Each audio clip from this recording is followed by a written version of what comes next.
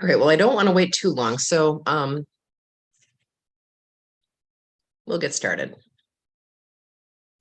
Hello, Madison Civics Club friends. I'm Joy Cardine. I am the co-chair of the Madison Civics Club. Thanks for joining us for this fall webinar on factors to watch in the 2022 elections, which will be presented by the director of the Election Research Center and a professor of political science at UW-Madison, Barry Burden.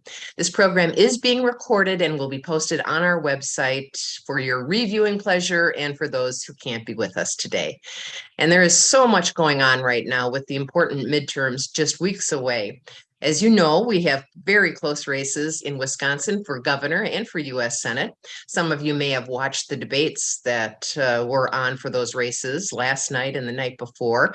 A new Marquette University Law School poll came out within the past week. And as always, the political ads are ever present and usually infuriating. As civic-minded people, I know that you all agree that all elections are important, but this one is especially so, since the outcome will determine the future direction of policies and political control in Wisconsin and across the nation. Professor Burden will give us his analysis of where we stand, what's driving the vote, what's at stake, what historical patterns tell us about the possible outcome, and we will welcome your questions for him. Please type your questions in the Q&A box and I will share them with him after his presentation. And you won't want to miss our Youth Grant Awards. After the Q&A, we will hear from two Madison High School groups from La Follette and from West, who are working on making sure our newest voters are motivated and prepared for the November elections and beyond. We will present them each with $1,000 grants to keep up their good civic work. All right, let's get going. And please welcome with me our speaker, Barry Burden, a professor of political science at the University of Wisconsin-Madison. He is also the director of the Elections Research Center and is the Lyons Family Chair in Electoral Politics. Thank you for being with us, Professor Burden, and take it away. Thank you so much, Joy. It is a pleasure. It's a joy, actually, to be with you all this morning. So thank you for hopping onto Zoom to spend a little time thinking about the 2022 elections. I do have some slides to share with you this morning, and hopefully those are appearing on your screen.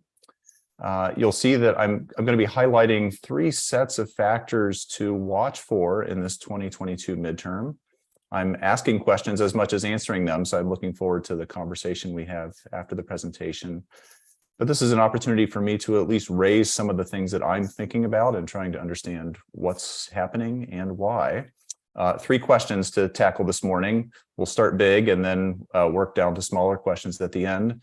First of all, should we expect the standard pattern of the president's party to lose seats in this midterm? And will that loss be bigger or smaller than usual? Second, election deniers have been in the news since 2020, if not before, and they are playing a bigger role this year. Will that vein of thinking and those activists have a lot of success this year? And then finally, let's just have a quick look at what's happening in Wisconsin in the governor's race and Senate race. So three sets of things. And let's start with the big one. This is the historical pattern that I think everybody in my line of work, a political science faculty, would think about when approaching a midterm election. That is the midterm loss phenomenon. If there's anything like a law of American politics, this is it. The party in the White House, the president's party, almost always suffers losses in midterm elections. It's just such a regularity. It's happened in essentially every midterm election going back to the Civil War when the two-party system began. Not guaranteed, but a very strong pattern. So I just want to show you some evidence that happens and think about whether that loss is likely to be bigger or smaller this year. But first, let's remind ourselves of the context. What does the makeup of the federal government look like? In the House, 435 seats. Democrats have a very narrow majority. It takes 218 to have a majority there. They have 221 seats as of today. So Dems can lose 3 or 4 seats. That's it, and hold on to the House. So there's really no room to take any losses for the Democrats there. In the Senate, it's actually tighter. It's a 50-50 division. There are 48 Democrats plus 2 others who are not officially Democrats, but caucus with them. That gives the Democrats 50 votes. In a 50-50 Senate, The vice president is the tiebreaker. That's Kamala Harris, obviously another Democrat. She has set a record for, I think, the most ties broken in the Senate by a vice president, at least in the modern era. So these margins are about as narrow as you can get, which means if there's any midterm loss at all suffered by the Biden administration and Democrats, they are in some trouble. Now, all 435 House seats are up, every district in the country, including the one we're in now. But in the Senate, the seats are staggered. So only 1/3 of them are up this year. And that does affect our thinking about whether Democrats are likely to hold their 50 or gain or lose. So here's a look at where the Senate races are happening this year. It's all the states that are colored, 34 seats up this year. Red states are ones held by Republican senators. Blue currently have Democratic senators. And if you can see the states that are outlined in black, those are ones with an open seat. So a lot of interest because there's no incumbent running. Wisconsin is a little unusual that we have a Republican senator running for re-election in a state that Biden won. That's the only case of that this year. But it is one of 3 or 4 states that everyone is watching, along with Georgia, Pennsylvania, Arizona, maybe Ohio, and a few others. Nevada, I would add to that mix. So there are just a few seats that are going to determine whether Democrats end up gaining, losing, or holding where they are. Democrats may well win more votes for Senate this year and not make any gains in terms of seats, or actually win more votes nationally and lose seats. This has been the pattern for about 20 or 30 years in American politics, in the Senate at least, that the structure of the states where Democrats and Republicans tend to do well means that Democrats often succeed in winning more votes, but it doesn't translate into more seats. Some of that is a California effect. There are a lot of Democratic votes out there, but just one Senate seat, whereas Republicans have a lot of success in these smaller, less populous states. You can see the Dakotas, Kansas, Oklahoma, not really in doubt this year for the Republicans. So it does, although Republicans are defending more Senate seats this year, they have 20 on the ballot versus only 14 currently held by the Democrats. They don't actually need to win as many votes to keep those margins or even grow them. So let's circle back to my opening question, which is about the midterm loss phenomenon, this pattern of the president's party losing seats. And I want to show you what that pattern has looked like in the House of Representatives over time. This is where the pattern is most clear. So what you're seeing here is the number of seats in the House out of the 435 that the party in the White House either gains or loses in every midterm election from World War II till now. We could have gone further back in time. The pattern would be very similar, but this is our modern history. You can see that almost all of the bars in this figure are negative. They're headed downward, which means that the party in the White House has lost. The average loss during this time is about 25 seats. So not knowing anything else, you'd expect the party in the White House to lose about 24 seats in the House. That would clearly be enough for Democrats to lose their majority since they only have 221 seats at the moment. There are a couple of cases where the party in the White House actually gains. You can see 2 bumps that are positive there in 1998 and 2002. Those are some special cases we can talk about, but those are very small and rare. Before those 2, I think you have to go back to the 1930s to find another case where the president's party did not lose. And the losses can be big. Sometimes it is on the order of 40 or 50 seats, which would clearly be enough to take the Democrats pretty far from their majority. So this is the pattern in the House, but it also holds in other midterm elections that are on the ballot. In the Senate, pattern is a little bumpier because there aren't as many seats up in a given year, but more often than not, the president's party would also lose seats in the Senate. It's an average of about 4 seats for the president's party. So again, plenty to take the Democrats out of their narrow majority there. There are a few more cases where the president's party will gain a seat or 2. I think that's plausible this year for the Dems, but would not be what we'd expect. Also happens in governor's races. In the typical midterm election, the president's party will lose about 4 governor's spots. Those seats will be flipped from one party to the other. There's one real outlier there in the 1980s. We don't quite have an explanation for that, but set that one aside. And it's actually been every midterm election from World War II till today. which has seen the president's party lose seats. So that too is the expectation, has consequences for us in Wisconsin, where there's a closely fought governor's race we'll say a word about in a moment. But this pattern actually trickles down to state legislative seats as well. There are about 6,000 state legislators up for election this year across the states. Typical pattern is big losses, a loss of about 300 seats nationwide for the president's party. Occasionally you get a gain. There's 2002 as a small bump upward again, as we saw in the House. But more often the pattern is pretty sustained losses across the country. So this is the historic backdrop. And if we were to simply add 2022 to the end of all of these figures, you'd expect Democrats to take it on the chin in the House, the Senate, governor's races, and state legislatures, and experience some magnitude of loss. So the question I want to raise with you here is whether that loss is likely to be bigger or smaller than the historic pattern. Are there factors pushing in the Democrats' favor that might keep down their losses this year? Or are there factors that are sort of exaggerating the problem for Democrats and maybe causing them bigger than average losses? So I want to think about this sort of the way a criminal investigator would in separating out aggravating and mitigating factors. What are the aggravating factors that will make the president's party, the Democrats, lose more this year than you might expect? And then we'll walk through some of the things that might mitigate those by keeping down the losses. And I think there are sort of 4 or 5 factors to watch on each side, and how these shake out will determine exactly how the Democrats and Republicans fare this year. One aggravating factor for Democrats is that the electorate is not happy.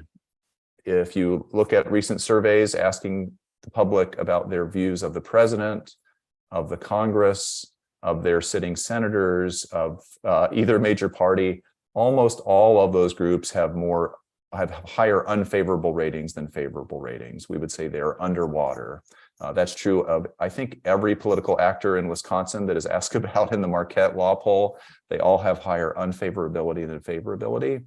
That grumpiness is likely to be taken out on people who are in office, the incumbents. And of course, in Washington, those are Democrats, a Democratic president who's not on the ballot, but Democrats in the House and Senate. Here in Wisconsin, at least statewide, at statewide level, those are Democrats.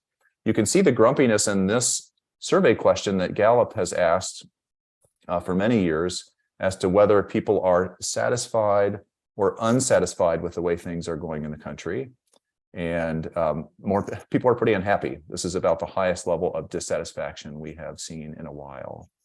Again, that dissatisfaction is on both sides of the aisle. So there are Republicans who are unhappy with Democrats and Democrats who are unhappy with Republicans, but the generally high level of discontent is likely to work against the Democrats, who are seen as the party in power. So that's aggravating factor 1 for the Dems. Aggravating factor 2 is that the president who's in office, Joe Biden, has relatively low approval ratings, not so different from other elected officials, but it is the president who's often at the center of how voters think about midterm elections. Biden's approval rating in recent polls is sitting around 42 or 43%, with something like 55% disapproving of him. So again, he's underwater. This is dangerous territory for a president leading his party into a midterm election.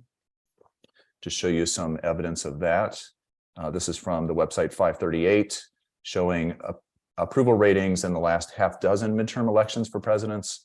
That's in the orange column. And then in the far right, how many seats that ended up resulting in terms of gains or losses. You'll see that approval, actually, it's not the orange column. It's really the column just to the left of that that's important. That's the approval column. Both Obama and Trump in the last 2 midterms were sitting right about where Biden is, in the low 40s. Obama suffered a loss of 13 seats in the House. Trump was 40. Before that, Obama had been in the mid-40s, suffered 63-seat loss. That's one of the biggest in recent history. So Biden is right in that territory, looking for very sizable losses. The only 2 exceptions to this are the 1998 and 2002 elections. We saw a moment ago, both Clinton and George W. Bush had very high approval ratings by current standards, up in the 60s.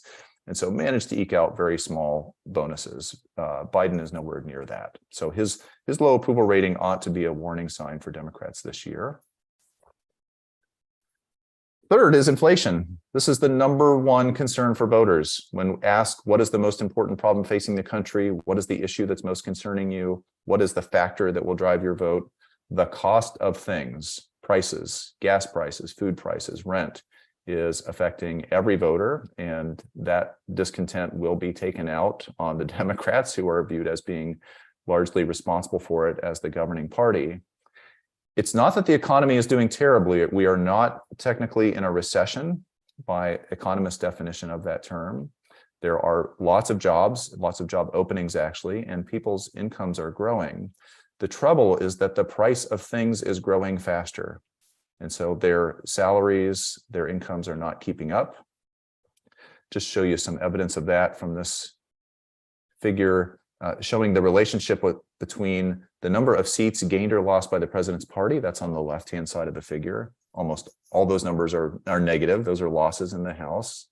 And along the bottom is a measure of people's income, but it's controlling for inflation. So it's whether their incomes have grown or shrunk relative to how much inflation is affecting it. Typically, there's growth. The economy is generally moving faster. People's incomes are rising faster than inflation. So a lot of those numbers are positive. But the latest federal statistics show that we are way down in negative territory, maybe off the graph, because people are simply not keeping up, whether it's their retirement funds or their current salaries or anything else. The cost of inflation is really making all of that worth less in real terms. And the relationship in the figures suggests Democrats are in for a hurting if that's the case, probably scores of seats lost in the House. So inflation is definitely a concern for Dems. And one more is that there is unified government. Democrats control the White House and the Congress, and studies show that when one party is in power, it is easier for voters to take out their discontent because they know who to blame. It's less clear when there's divided government, maybe the way there is in Wisconsin with parties sharing power. There, if you're unhappy, it's not as obvious who's responsible. So I showed you at the beginning that the average loss in the House for the president's party is about 25 seats. But when there is unified government, the average is actually 35 seats, as opposed to when there's divided government, it's about 16. So that figure is really hiding a very systematic pattern of bigger cost for the governing party when they are in charge of everything. So that's the cost of being in control. So these are all aggravating factors that I think are strongly working against the Democrats this year and are pushing towards bigger penalties in the midterm election. But let's think about factors on the other side, because there are some mitigating concerns that are likely to dampen the size of the losses. And I think these are not trivial as well. So what are the things that might keep down what Democrats suffered this year? One is the Supreme Court ruling overturning Roe v. Wade in early summer. This was the Dobbs decision. There was a lot of interest in that when the opinion was leaked back in May, and then more interest once the official decision was issued overturning Roe. That affected Wisconsin, obviously, where there's a law on the books from 1849, essentially outlawing abortion, but also lots of other states where there were old laws or trigger laws in place that have now made abortion illegal or more difficult. That elevated abortion as an issue.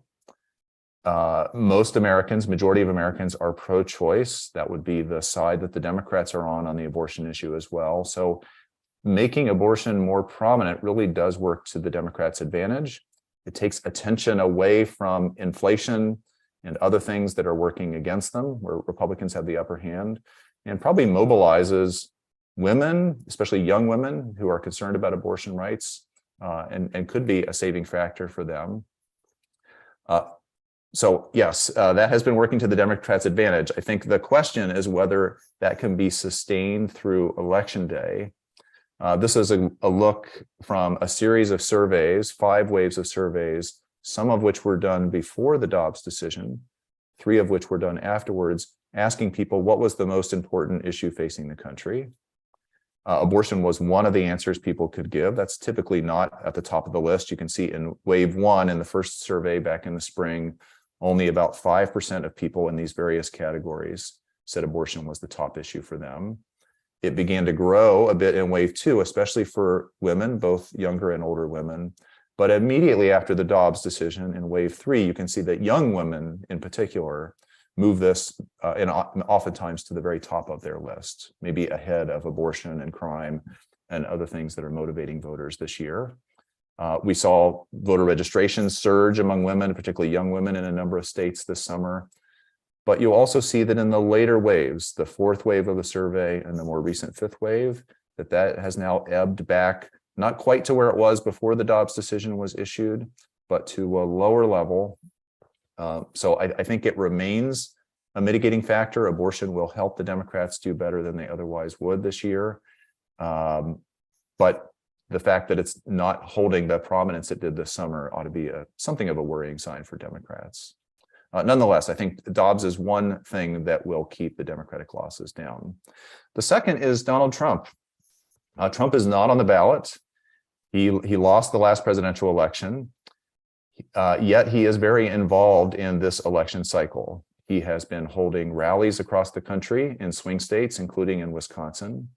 He is in the news because of the raid that happened at Mar-a-Lago and his statements about it and the legal disputes that have transpired afterwards. It's very unusual for a president to be involved in a midterm election after they have left office, especially after they suffered a loss, and that's what took them out of office. But Trump is not shy about being a presence. Here's some evidence that Trump is playing an unusual role this year. This is for the last 5 midterm elections, the amount of Google search interest in the current president who is in office and the previous nominee, the person who had run on the other side in the last election.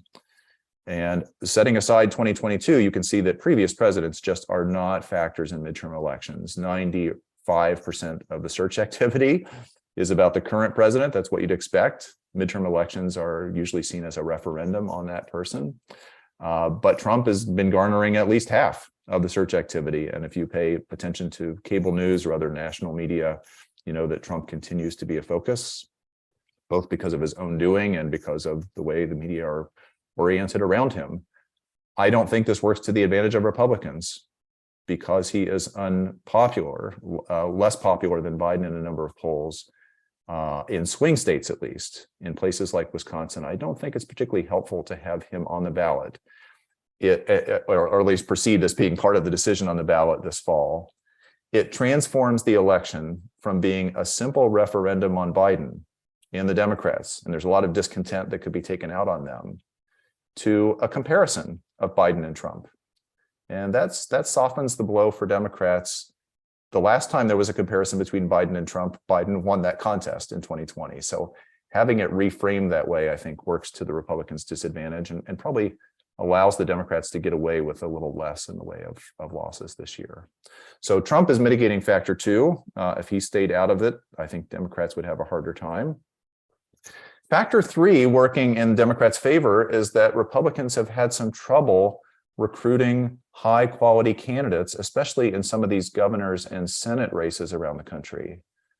Mitch McConnell, the leader in the Senate, who is leading the charge to get Republicans back to a majority there, actually used this phrase a few weeks ago, saying he was not so sure that the GOP would take back the Senate because of the quality of some of the candidates who are struggling in states where Republicans really thought they had an opportunity. Just highlight some of the folks you've probably seen in the news lately. Dr. Mehmet Oz in Pennsylvania, wealthy, well-known celebrity doctor. He has really struggled against John Fetterman in Pennsylvania. It's possible he will pull out a victory there, but that's a state where there's currently a Republican senator who's leaving office, and I think Democrats have a good shot to actually pick up one rather than keep that where it is. J.D. Vance in Ohio, celebrity author, activist, thought to be a really exciting candidate there, endorsed by Trump in the primary, may still pull it out, but has been struggling more than I think Republicans thought he would. Herschel Walker, former football star running in Georgia. You may have seen the Senate debate last night between him and Raphael Warnock. Georgia is a very competitive state, one of the top Senate races in the country, and Walker has stepped in it a number of times and really put himself in trouble. He's trailing in essentially every poll. Don Bolduc in New Hampshire, again, should be a swing state. He's an election denier and a really amateur candidate who has put himself in some jeopardy. So this is not the story in every state. There are some really high quality, interesting Republican candidates who are going to have some success this year. But in some of the key Senate races where Republicans thought they had opportunities to either hold or gain, they are squandering those because their candidates are not performing as they had hoped. So that's mitigating factor 3. Mitigating factor 4 is what a political scientist would call limited exposure for the governing party. There simply aren't as many places where Democrats are exposed and at risk of losing seats because they don't hold a lot of seats. Their margins in the Congress, as I showed, are so narrow that there just isn't a lot of fat to be given up. There aren't a lot of places where Biden had coattails and helped elect fellow Democrats in swing districts.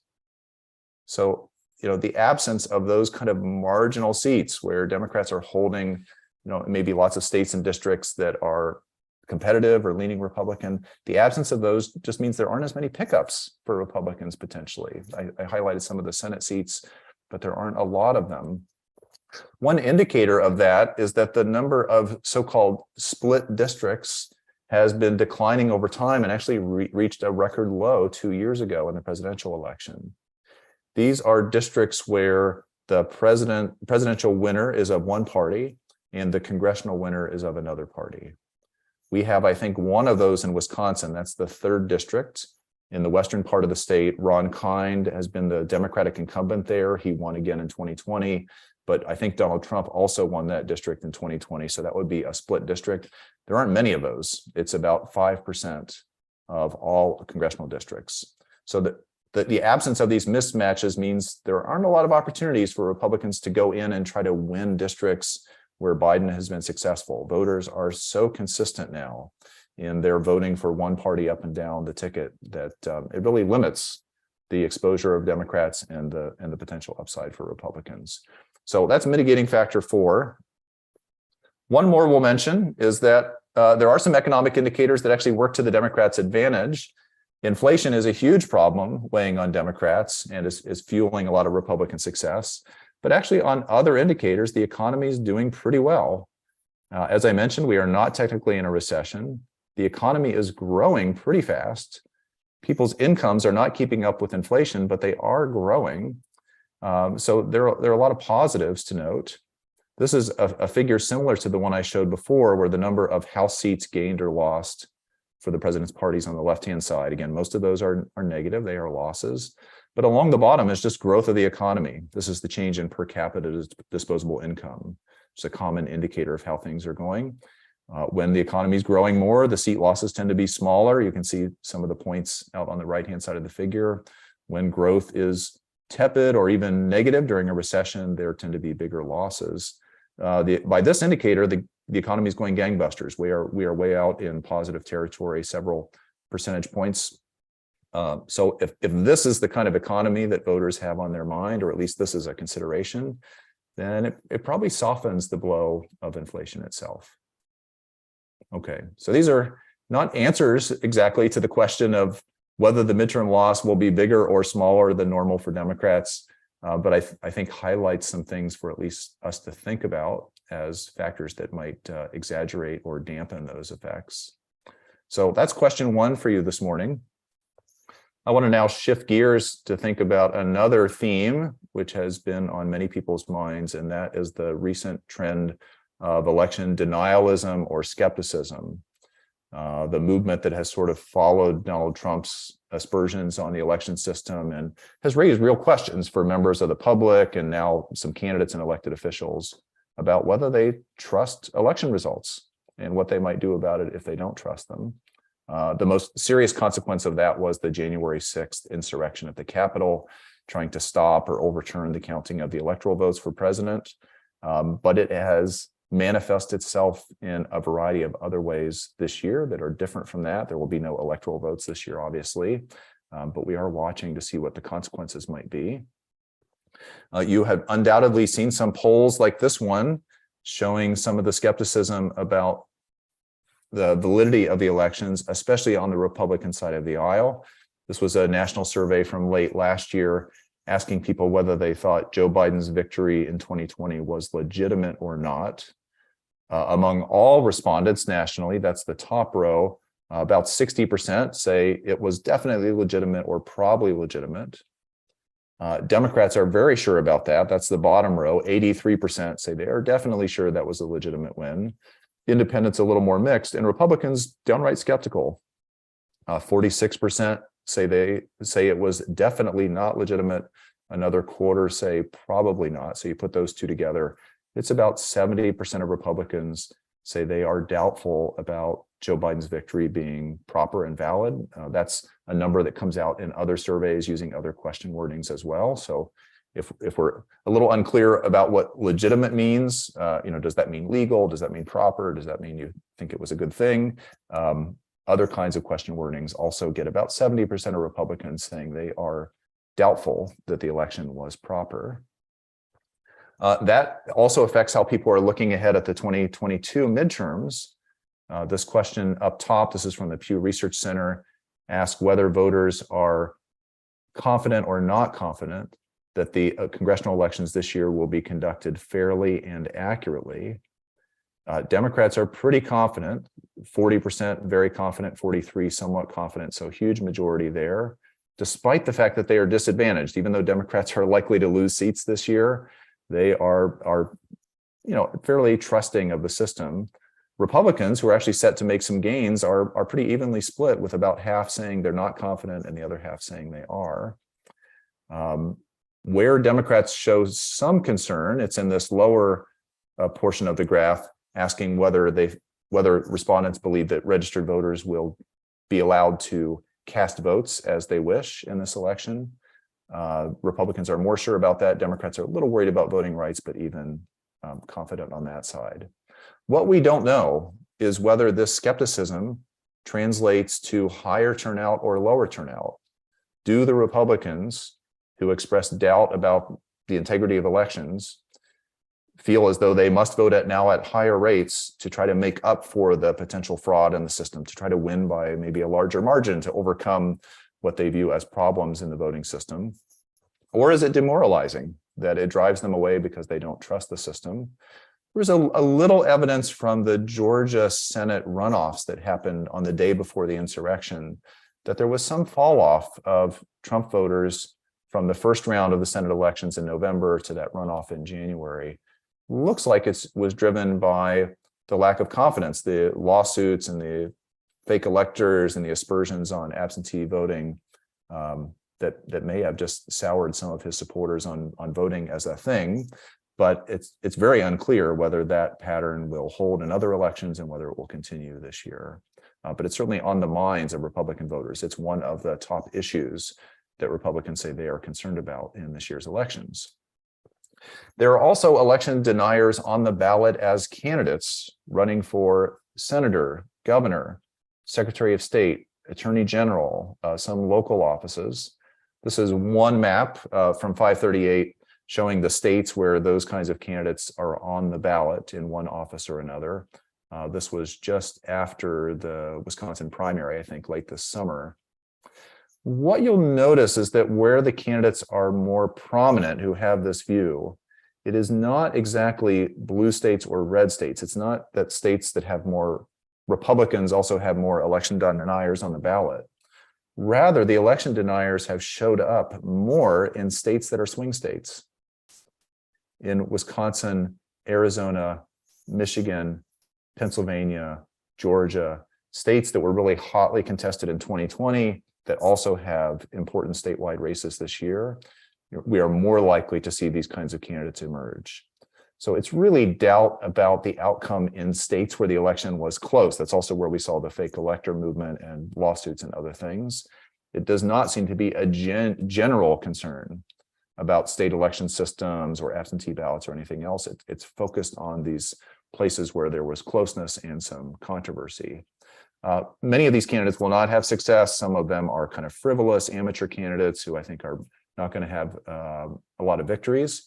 But there are places like Arizona and Nevada where there are really prominent candidates on the ballot who have expressed complete disbelief in the 2020 election and may actually pull out victories this fall.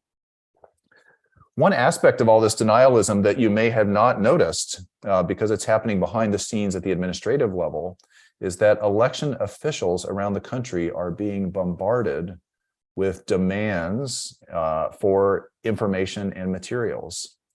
They are being besieged by open records requests and FOIA requests and other legal demands that they hand over voting machines or data or records or other things to members of the public, litigators, activists who want these things.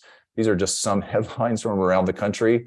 It's happened here in Wisconsin, and many of these headlines are from other key swing states around the country.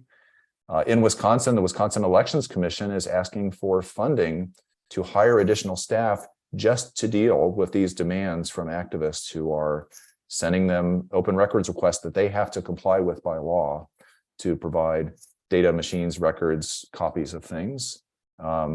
It's really bogged down election offices at a time when they are obviously preparing for an election. Absentee ballots are now out in the mail in every state. They are busy hiring poll workers and getting ballots in order, those kinds of things. This is a massive distraction that I think the public doesn't know so much about, but election officials can tell you is making their jobs really difficult in a new way this year. There are also a number of challenges being launched against individual voters. In states like Georgia, activist groups have submitted thousands of petitions or challenge documents naming individual voters they think are not eligible to vote and shouldn't be permitted to take part this fall. Whether those arguments are legitimate or not, election officials do have to go through those challenges and verify the eligibility of each of those voters. So that too is taking a lot of time as well. There are stories about election observers being recruited to be really actively involved at polling places in November, maybe challenging voters on the spot at polling places as well. I don't know whether that's going to materialize in the way that some of the media outlets have suggested, but that too is another source of concern to be watching. And some states have actually loosened up their observer rules. In places like Texas, observers can really interact with voters and get quite close to the action. So something else to watch. Okay, so this is question 2 for us to think about this morning.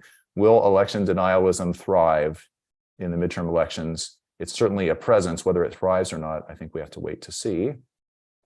And then the third question, this is maybe the one that you woke up for this morning. What's going to happen here in Wisconsin? We have 2 important statewide races, a governor's race between Tony Evers and Tim Michels, who debated last night, a Senate race between incumbent Senator Ron Johnson and his challenger, Lieutenant Governor Mandela Barnes, who have debated twice now. How are those races likely to come out? I do not know is the answer. We have to let the voters make the decisions, but I will give you just a sense of what the polls are saying today. And the dynamics are different in the 2 races. So let's start with the Senate race between Johnson and Barnes. Johnson is the incumbent senator. He's a Republican senator in a year when Republicans have tailwinds and are likely to have success because of this midterm loss phenomenon. He does sit in a state that Joe Biden won, but I think at the outset should have been seen as the favorite against any Democrat. That said, Johnson is a controversial figure, and he's made a number of statements, done things in office that could be used against him in a campaign. Maybe reflecting that, the early polls showed that he was behind. You'll see that in late summer, after our August primary, all of the polls essentially were showing Barnes up by 3, 4, 5, sometimes more percentage points. Democrats really were excited about that. And it looked like Johnson was on the ropes. But beginning about mid-September, just about a month after the primary, things began to change. And you can see that the polls get closer. And then by late September, actually the lines cross, and Johnson, at least in 3 or 4 recent polls, has been the leader. What has happened to cause this shift? One is, I think, the good feelings that Democrats had coming out of the primary when Barnes was essentially anointed as the nominee have now faded. Another is that the Dobbs decision, which was so much in the air in July and August and was working to the advantage of Democrats, has now receded as an issue, and the public has turned its attention back to inflation and other concerns. That works to Republicans' advantage. Third is that Johnson and his allies, some conservative groups, have been really effective in running ads and mailers and other kinds of communications against Barnes for several weeks, criticizing Barnes' position on criminal justice, on parole policies, on his role in the government working with Tony Evers, on what they would view as his radical views on crime, on funding police, on funding immigration enforcement, and so on. And Barnes has really not had a clear response to that or offered a clear criticism of Johnson the way I think a lot of Democrats would have expected. So there's just a more effective communication strategy on the part of the Johnson campaign, plus the tailwinds, I think, that are working to Republicans' advantage. This race is not over, but something needs to change in the next 3 weeks if Barnes is going to manage to be successful here. Governor's race is a different story. This one has been deadlocked from before the primary until today. Michaels was the victor in a very difficult primary against Rebecca Clayfish, but immediately coming out of that primary was essentially tied with Tony Evers in the polls. Evers, you'll remember, was the victor 4 years ago against incumbent Scott Walker in a narrow win of just about 1 percentage point statewide, even in a year when the Democrats had tailwinds. The 2018 cycle was a good one for the Dems. And even with that tailwind, Evers just barely eked out a victory over Walker. He's going to be fighting for his job right through Election Day. I think this one could easily go either way. The polls are probably accurate there. Okay, one more thing I'll just mention and then wrap, and we can do some questions. If this kind of analysis is of interest to you, I just want to highlight another event for the civically minded, and that is a symposium that the Elections Research Center, which I direct, will be putting on December 2nd. That's just about 1 month after Election Day. It's an in-person event all day on campus at UW-Madison from 9 to 5, but we also have an online option for those of you who would like to stream in from your computers. We have a really impressive set of speakers who will be presenting that day, journalists, pollsters, academic researchers on all aspects of what happened in 2022 and before and beyond. So looks to be a fun and informative day. So we'd love to have you there. The website is listed at the bottom of the page, but you can also just Google the Elections Research Center, and I'm sure you'll find it there. So why don't I stop sharing the screen and we can move to questions. This is Trish, the Zoom person. I'm going to start bringing the students onto the panel so we're ready to go with the youth grants. When you come in, you're going to be, your video and your microphone will be off. So just keep those off until we get to the youth grants part. It's just take a while to get everybody in. So I thought I'd go ahead and get a head start on that. Okay, I'm going away. Okay, thanks, Trish.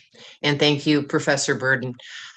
We do have a couple of questions. If you have a question for Professor Burden about all these different factors, really fascinating stuff, please type it in the Q&A section, and we'll get to it as many questions as we can. There's a really long one here. I'm trying to edit it in my mind, but I'll just go ahead. AO says, you mentioned 538 earlier. Nate Silver of 538 fame wrote an article about how discrepancies between expected and actual results could indicate cheating, called Baseball Between the Numbers, What Do Statistics Tell Us About Steroids? Recent articles have had titles like Vote Irregularities in Waukesha County going back years. Bannon and Trump have been very successful in calling their supporters to become those who control the electronic guts of our electoral systems, particularly in swing states. Several have been caught in unauthorized access to these systems. What analysis have you done to look for discrepancies between exit polls versus actual results in places like Waukesha, which have had these frequently reported issues with electoral irregularities?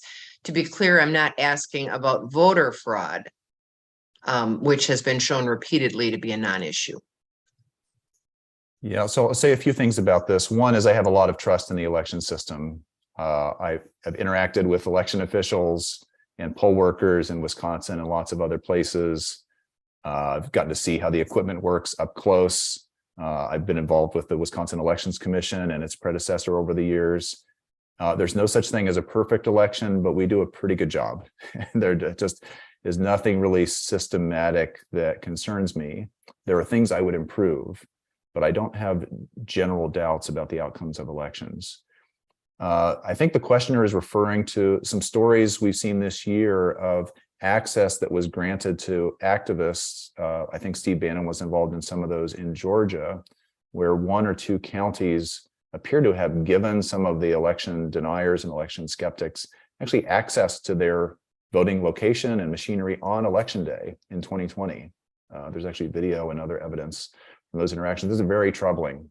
It's just not the way that proper elections would be run, and I'm glad those have come to light and investigations are now happening.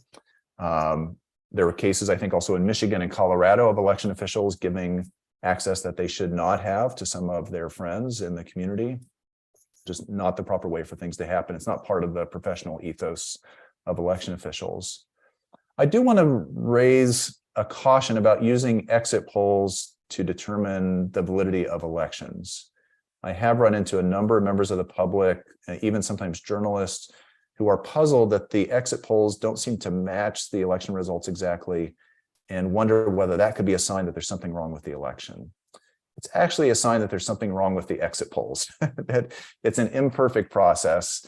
As you might know, the exit polls started with media outlets sending workers around the country to stand outside of polling places and interview voters as they exited the polling place. That's where it got its name.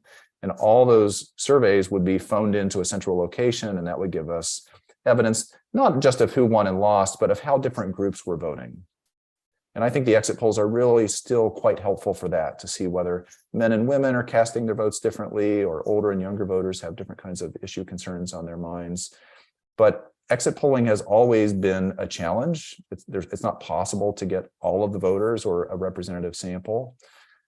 It's become harder in recent years because of two things. One is Democratic voters are more willing and more interested in taking part in the exit poll when they leave, so they participate more. Republican voters more often want to walk by the exit pollster, don't want to take part. So there's a strategy to try to weight the results to get back to the true result, but that's going to be a challenge.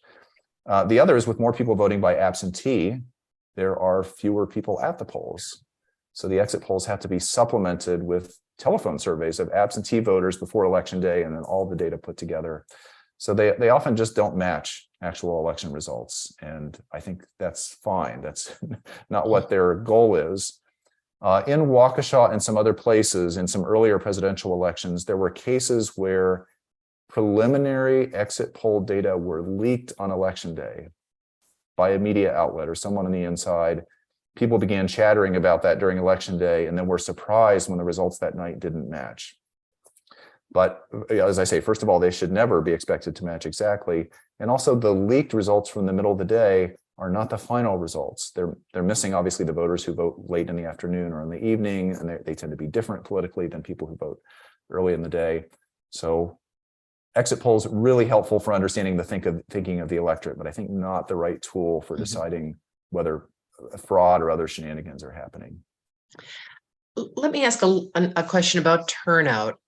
The 2020, the presidential election, I remember some analysts saying that in general, cities, including Madison, maybe most specifically Madison, overvoted. A Democrat, mostly Democratic city, overvoted in that election. Turnout was way more than expected, and the rural vote was under what was expected. Do we have any idea if that's happening this time around?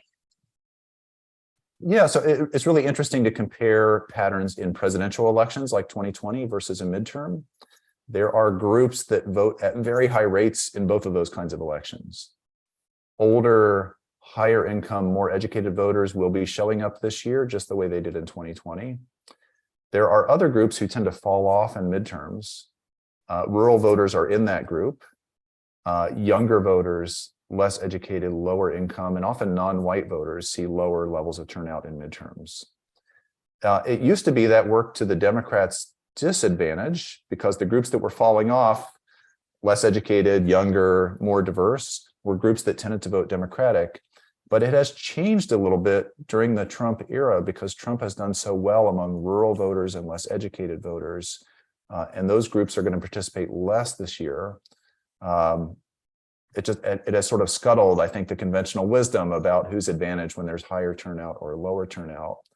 One of the really interesting things in the Marquette poll this week, I think back to the Senate race we were talking about a moment ago, it showed a big margin for Johnson over Barnes. Among likely voters, Johnson was ahead by 6 points in the Marquette poll. That's bigger than about any of the other polls I've seen in recent days.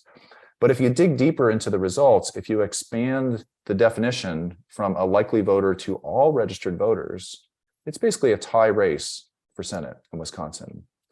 So it does seem as though if the electorate were to grow this year, if turnout were higher, Democrats would probably get a boost from that.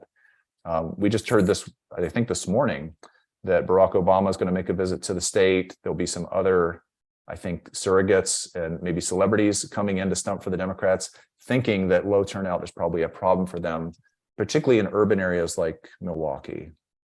Madison is sort of a unicorn as cities go, very, very high turnout, very young, but educated and upperly mobile population, one of the highest turnout places in the state. Milwaukee's a different kind of city. It suffers much more poverty. I think doesn't have the kind of civic infrastructure that Madison does.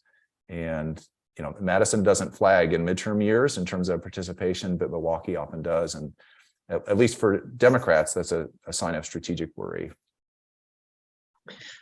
On the topic of whether Republicans will be more or less motivated by distrust in the election process, is there any research into individual views on politics before the 2016 and 2020 presidential elections, given that Trump pulled in a lot of voters to the Republican Party who didn't often participate? Yeah, it's a great question. So historically, the pattern is people who are more trusting of the election system are also more likely to vote. And that's probably a reinforcing cycle that a person participates, they get to see the election process up close, they meet their poll worker, they cast a ballot, that makes them feel more comfortable. That then spurs them to vote again in the next election. So it's sort of a virtuous cycle. And there wasn't a real partisan difference in that. The pattern before Trump was that the losers, the people who voted for the losing side, often were a little more skeptical in surveys right after the election, not quite so sure that they can be confident about the results, but that would typically fade. Within a couple of months, the new person would take office, the polls would return to where they were before, and the partisan difference would sort of level out very quickly. What has changed after 2020 is that Republicans remain much more skeptical than the losing party typically does, and it has been rock solid since 2020 till today. We're still at 70%-ish of Republicans saying they don't trust the 2020 election result. I'll just say it's a little surprising because actually in 2020, Republicans did really well. Aside from losing the presidential race, they actually picked up seats in the House, almost won control of the House of Representatives. So Joe Biden had no coattails at all. He actually had negative coattails. And they made gains in a number of state legislatures and other places and almost kept the Democrats from winning control of the Senate if it were not for those two runoff elections. So the doubt among Republicans in 2020 is really Trump specific, and it has really stuck. If the historic pattern holds, you would expect the more skeptical voters, the less confident voters, to not be participating at such high rates this year. But I just don't know if that is the case anymore. I think that's probably the right expectation. But you know, if Trump's presence and ongoing visibility in national politics keeps those voters engaged, they may want to participate despite their doubts about the system as a kind of a show of support for their party leader. I heard that Hispanic women, particularly those in the 35 to 60-ish age range, are a huge component of the undecided vote, asks Jennifer. What role do you expect them to play in Wisconsin races this year? Yeah, Hispanic voters generally are of really great interest, somewhat in Wisconsin, but even more so nationally. Hispanic voters participate at much lower rates than white or black or Asian American voters.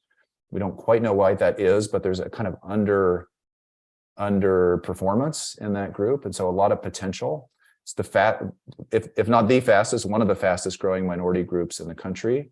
Hispanics now outnumber African Americans in Wisconsin as a minority group and are growing faster. So there's tremendous potential there, but the partisan leanings of the group are also more mixed. So, among other minority groups, African Americans and Asian Americans, there's very strong support for Democratic candidates, especially among African American voters. Among Hispanic voters, there's still predominant support for Democratic candidates, but it has softened a little bit over the last few election cycles. From the mid-2000s until today, we're seeing Republicans making slightly more inroads among Hispanic voters, more in some communities than other, much more among Cuban Americans than among Mexican Americans, for example, but generally having more success. The abortion question being an issue this year complicates that a little bit. Hispanic voters lean Democratic, but it's not because of social issues. They're actually often more on the pro-life side than our Anglo-white voters. So I think that's exactly why this group of middle-aged Hispanic women is of some interest. They are, I think, like a lot of voters, torn between their financial concerns, their values, what they think of candidates. Immigration is an issue, but in a different way for Hispanic voters than for other voters. Crime is a concern for Hispanic voters. So I think it's the mixture of considerations and the historically low turnout patterns that make those groups of real interest. I don't think it's going to materialize in terms of a new pattern or much higher turnout rates for Hispanic voters this year, but it's probably a longer term trend to watch.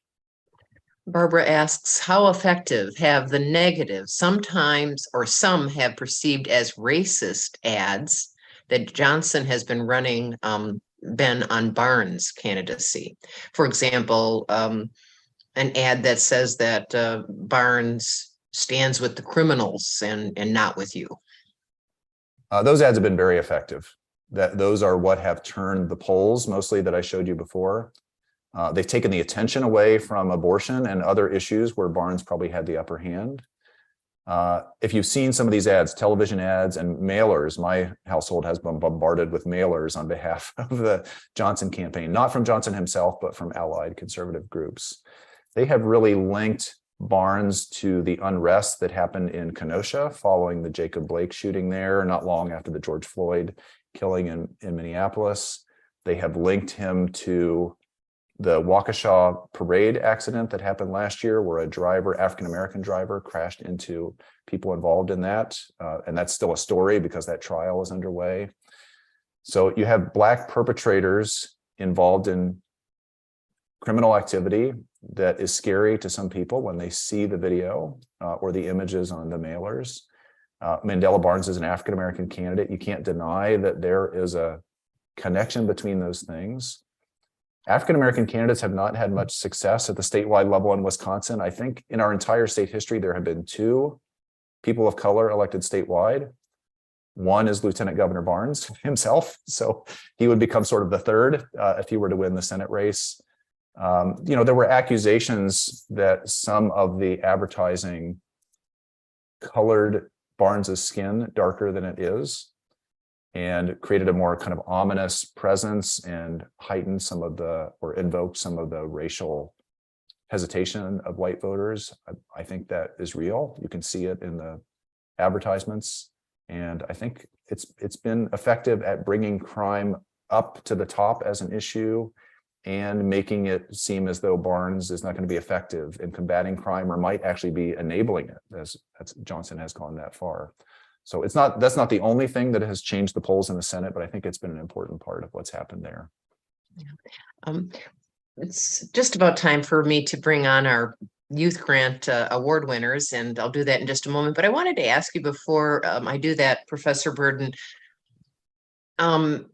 what is student or 18 to 30-year-old voter turnout been like lately? Is it up, down, about the same? Where do we stand, and what do we expect when it comes to the youth vote? Well, there has been a bit of a surge among young voters these last couple of election cycles, 2018 and 2020. It's part of a broader surge in turnout. Both of those elections set records. 2020 was the highest presidential turnout in about 100 years. 2018 was the highest midterm turnout in about 100 years, and both of those were very high in Wisconsin. Older voters are already participating at pretty high rates even before these last two election cycles. So the increase in turnout has been more pronounced among young voters. They have been a big part of that surge. There's still a very substantial disparity between the turnout rates of old voters and young, sometimes on the order of 2-to-1 or 3-to-1 in terms of turnout rates. So there's a lot of untapped potential there, but I think we have seen a kind of upward trajectory in recent years. All right, thank you, Professor Burden. I hope you can stand by as we welcome in our Youth Grant Award winners. Longtime Madison Civics Club members know that besides arranging great speakers like Professor Burden to talk about civic issues with us, this organization awards grants to school and community youth groups involved in civic work. We have not one, but two youth groups to recognize today. We are awarding $1,000 grants to Madison West High School and La Follette High School to support their efforts to educate and motivate students about the importance of informed voting. We will hear from the faculty advisors and members of each group about what they are doing and why. And let me welcome in first, Dan Cromer is with us. He is the Social Studies Department Chair at La Follette High School. Are you with us, Dan? You should be. And I can't find a couple of people. It could be that you're under an initial or a nickname. So if Elise is there, Gabby or Zoe from West, and also Ada or Ada from La Follette, if you can do the hand raise thing, I'll go ahead and promote you so you can appear on our screen here. Okay. All right. Hello, Dan. You're with us, though. I see you now. Yeah, thank you for having us. Yeah, very happy to have you with us. As Trish continues to try to get students on board, let me just ask you to tell us briefly, what are your students doing to increase knowledge and participation in elections? Yeah, well, we've got our first thing coming up on Monday at lunch. We're going to get some UW students in, some board members from the Board of Education, and just going to have a pizza party to get people excited and register. We got a lot of brand new, fresh 18-year-olds in our senior class, so that's exciting. And then, like, long term, what we're looking forward to do with this money is kind of building a mobile voter registration stand, tables, chairs, Chromebooks, some signage, and then creating flyers that we could print. Colored printing is not accessible at our school, so we've got to go outside the building to get that done. So we're going to be using the money for those things. Well, good. I'm glad it can be of good use. I'm going to have you, and we're going to circle back to the students and talk to them later, but I want you to introduce the La Follette students who we think are with us today. Yeah, absolutely. I know we had a couple that got called into work this morning, so they're probably not here. But we've got Will Blazel is here. Zim is probably got Gabby on the Zoom with them. I see Emilio Gatica is there. And then Joanna Hoskins, some of you might know, she is the student representative to the MMSD school board. And she's we're very proud of her over at La Follette. Wonderful. Well, certainly, those students, you can go ahead and turn your cameras on. We'd love to see you. But I'm going to welcome in our next group as well, and we'll have all of you at the same time. Let me next to introduce Carrie Bowman from West High School. She advises the sifting and winnowing student group. Hi, Carrie. There you are. I see you. Hi, welcome. Thank you. So, tell us how you sift and winnow. I love that, by the way, as a former Wisconsin public radio host and someone who did a lot of sifting and winnowing along with the Wisconsin idea. Exactly. First of all, thank you for having us. I teach at West High School, obviously, U.S. history, and last year I had a phenomenal group of freshmen, and now they're sophomores, and so they've come forward as student leaders and to get students civically engaged. Now they can't vote, but they're really working to get West students and faculty to be engaged. So we're going to be using the money to host, I think it's November 4th, Friday, during school, 4th period and 6th period, having 4 local public servants. I'm trying not to use politician because something that has a bad connotation nowadays, but public servants. So November 4th, and then this spring, with the Supreme Court election and also the city municipal elections, having candidates come in again and having our students ask questions. So we're excited for that. Wonderful. So why don't you introduce the West students that are with us today? I think I see Aiden Olson on here, and then Molly as well. Okay, so what I'm going to do, Aiden and Molly, please turn your cameras on, and I'm going to start with the West students with us, and then circle back to the La Follette students. And I just very briefly from all of you, I'm just wondering, give us your thoughts on why voting matters, or why you are involved in these efforts to try to increase voter education and motivation. Let's try Molly, if you're on. Yeah, thank you so much for having us. When Miss Bowman asked me to be part of this, I was like obviously very enthusiastic, because although I'm only 15, I can't yet vote, I think it's of very high importance to spread this like campaigning for voter registration, especially for young people. And I hope to like continue getting the turnout for young people to increase, because as was mentioned in the presentation, it is one of the lower turnouts among voters, and especially with new adjustments to certain aspects, I think that it's also very important for all young people, especially in such a diverse community that is Madison, to have their voices heard in the midterm elections. So Wonderful. Aiden, how about you? Why does voting matter? Voting, especially among young people. Yeah, well, first, thank you for having us. Welcome. It's just awesome to be here, and I'm so glad I can be a part of this. But to kind of build off what Molly said, she said a really important thing. We're minors, like we can't vote.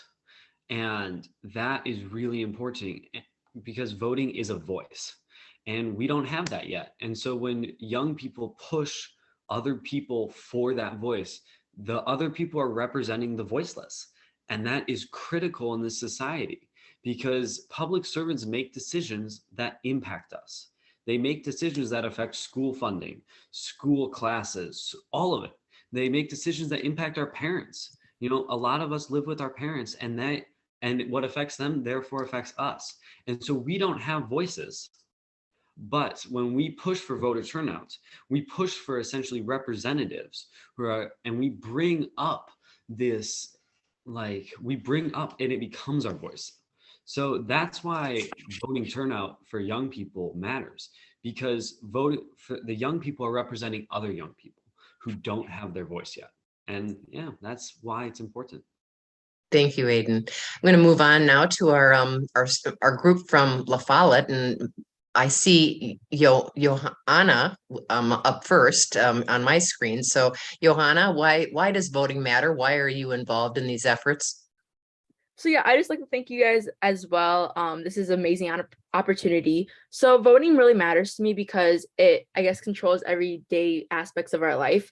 To begin, the school board, you vote who your school board members are, who basically control what happens in your district. It also affects prison systems, you know, how much like income you have, inflation. So voting just has like a major part of our lives that I feel like are often overlooked by younger people. And like how Aiden was saying, like we don't have a voice because we can't vote yet.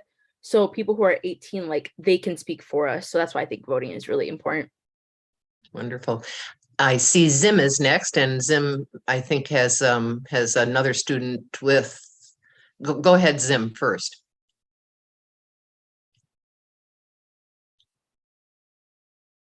Can you unmute yourself? I think you're muted.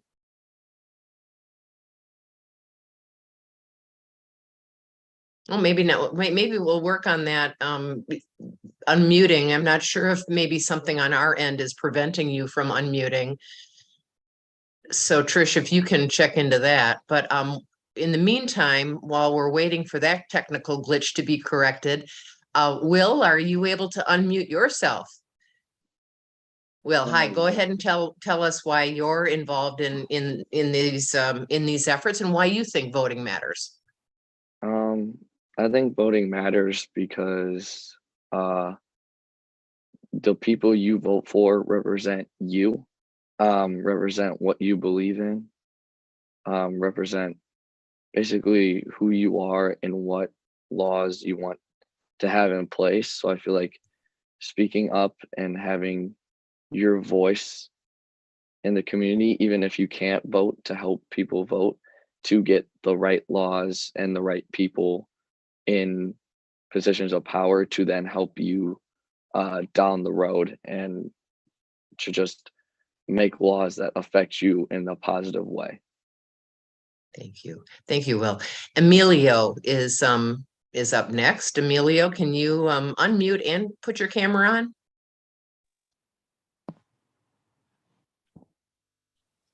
Hi. Hello. I would just like to say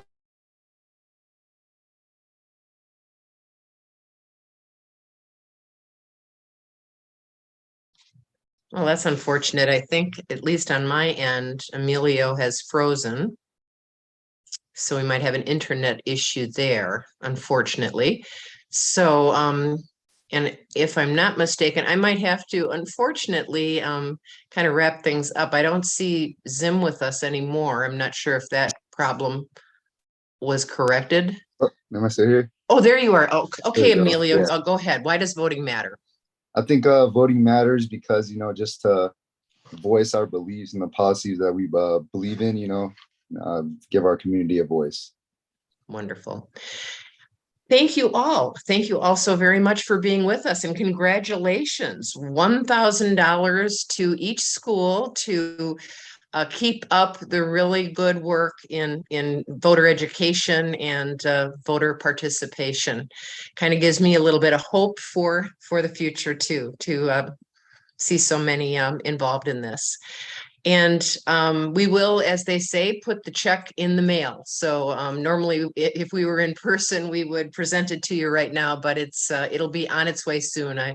I promise. Thank you, Dan and Carrie, very much for all of your efforts. And let me take a moment to also thank all teachers at our schools that are really doing a great job, especially in these times of teacher shortages and staff shortages, and with all the pressures that are still there when it comes to the ongoing pandemic. So thank you, Dan. Thank you, Carrie. Thank you to all teachers for all you do to educate our youth. So, and we look forward to your future efforts. And Barry, thanks again for being with us. Maybe just before we let everybody go, do you think we're gonna know Wednesday morning the outcome of the midterms, or is this going to be one of those you know, weeks on end figuring out what happened? The one to watch, I think, is the Georgia Senate race, because in Georgia, a candidate has to get 50% of the vote to settle the election. And if not, there's a runoff. That's why we had the 2 runoffs in 2020. I think it's likely that the Warnock-Walker race there won't allow either candidate to get to 50%. That means there'll be a runoff in December. I think it's December 6th. And that could hold the power balance in the Senate up in the air for a month at least. Yeah. And one final question on Wisconsin. I mean, this is a big deal in Wisconsin, and we heard your factors for and against how incumbents might do and Democrats might do. If Governor Evers is defeated and Republicans gain even more seats in our state legislature, Wisconsin could be seeing a whole lot of different policies passed. Isn't that right?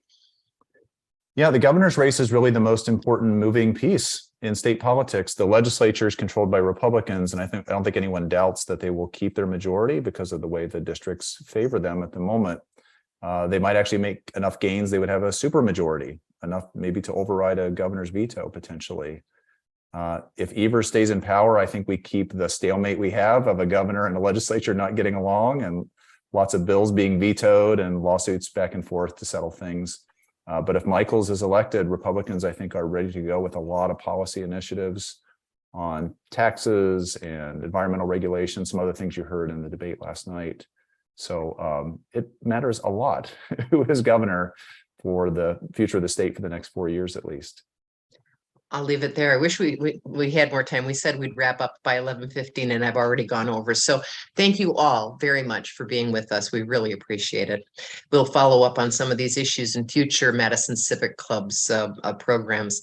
I would also like to take a moment to thank our Youth Grants Chair for the Madison Civics Club, Christy Williams, and club member Barbara Arnold, who both identify groups deserving of youth grants and encourage them to apply on our website, MadisonCivicsClub.org. You can do the same if you're aware of a youth group or you're involved in a youth group and know of one deserving of a financial boost. Tell them to apply for a Madison Civics Club youth grant. And thanks to our webmaster and Zoom guru, Trish Yacarino, who after many years decided to step down as co-chair of the Madison Civics Club earlier this year. We are grateful for her many years of service and happy she will continue to help with our website and technology for the time being. The board appointed Jennifer Fagan as the new co-chair of the Madison Civics Club. We are very happy to have her as the new co-chair. And Jill Jokala is the new secretary of the Madison Civics Club board. Luann Quella continues to be irreplaceable as much as she'd like to be as treasurer of the Madison Civics Club. So thanks to all of them. The next Madison Civics Club program will likely be a virtual program in January because it'll be winter and nobody wants to drive anywhere. And we will try to put our next in-person program together in the spring, and we'll keep you posted on that. On behalf of the Madison Civics Club, I'm Joy Cardine. Be sure to vote and remind a friend or 3 or 4 to vote too. See you next time.